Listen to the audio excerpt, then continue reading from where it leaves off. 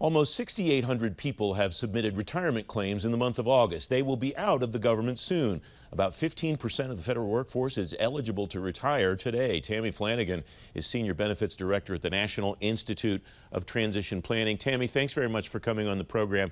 You talk to people all the time about what their retirement goals are, about what they're thinking about retirement. You're the person that lists the best day to retire in government every single year.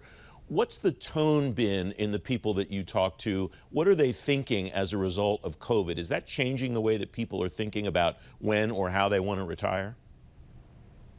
Francis, sometimes I think it is, but in other times I really think that some employees are just business as usual. We've converted to this virtual world quite nicely.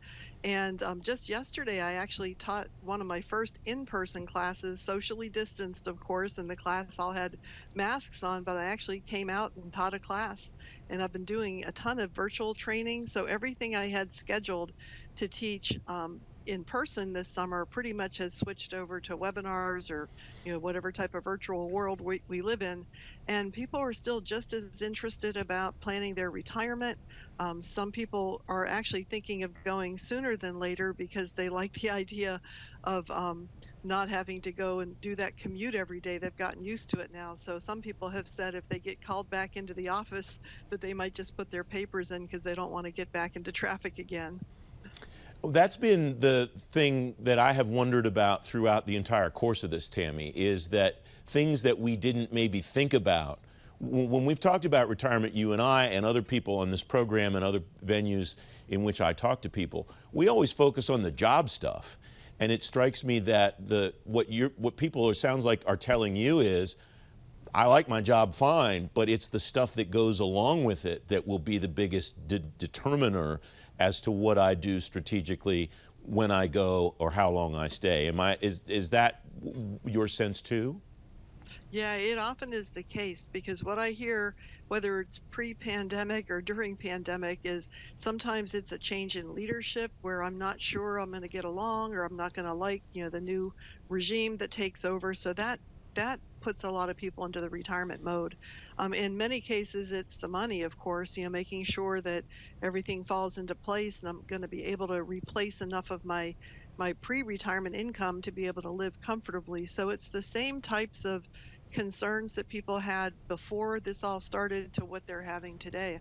I really don't think, other than the stay-at-home rules and the social distancing rules, that that's having a lot of impact. And from that end, I think that some people may want to work longer because they like the convenience of working from home. So if that continues for another 6 months or another year, they might be willing to stick it out a little longer. So it's interesting to talk to people to find out that they have the same concerns, whether we're doing this in a virtual world or whether we're going into the workplace.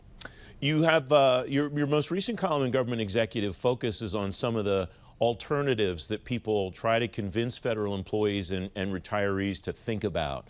What's your take overall on what you are aware of that's out there and the things that people should think about when people offering other options other than what is provided for them as part of their standard federal benefits package? What should they be thinking about when they consider these alternative pitches? I think it's always important to understand what you have as a federal employee before you talk to someone who might be either selling something or promoting some product that they think might be in your best interest, and it may be, but you really want to know what you're giving up before you take advantage of that. And that can be anywhere from replacing the survivor benefit election with some type of an insurance or annuity product. It can be to whether or not it's best to roll over my TSP into an IRA. And it can even be something like FEHB coverage, the federal health benefit coverage, when it comes time for Medicare, knowing what choices to make and whether to go with a on the market Medicare Advantage plan or whether to use FEHB. So I think you're right, Francis. A lot of people are faced with making these kinds of decisions between maintaining their federal benefits that are very valuable and shouldn't be underestimated to sometimes being pressured into some type of sales product. So you got to be really careful. There unfortunately are some scams out there that are less than above board. So we always have to watch out for those.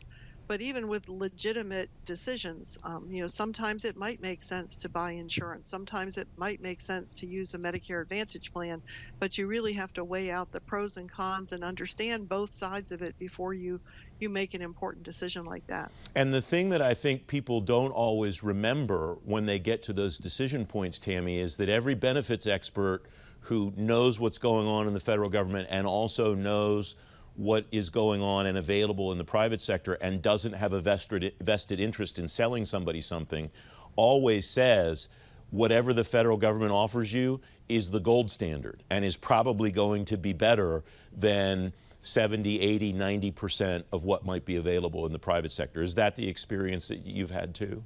Yeah, that's because every time someone does tell me I heard this or I was offered this or I'm thinking about doing this, and I sit down with them and I show them, I say, okay, that's fine, and let's put that aside and look at what you have in your federal benefits program just to make sure you're going to make the right decision.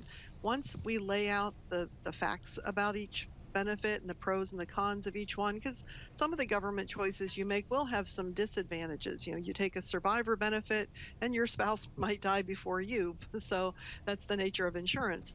So I think once they understand the things that are at stake and the benefits of each decision, you're right, they generally do fall back to the federal decision. But everybody has a choice to do what they want. I just want them to be educated and understand what they're giving up or what they're gaining.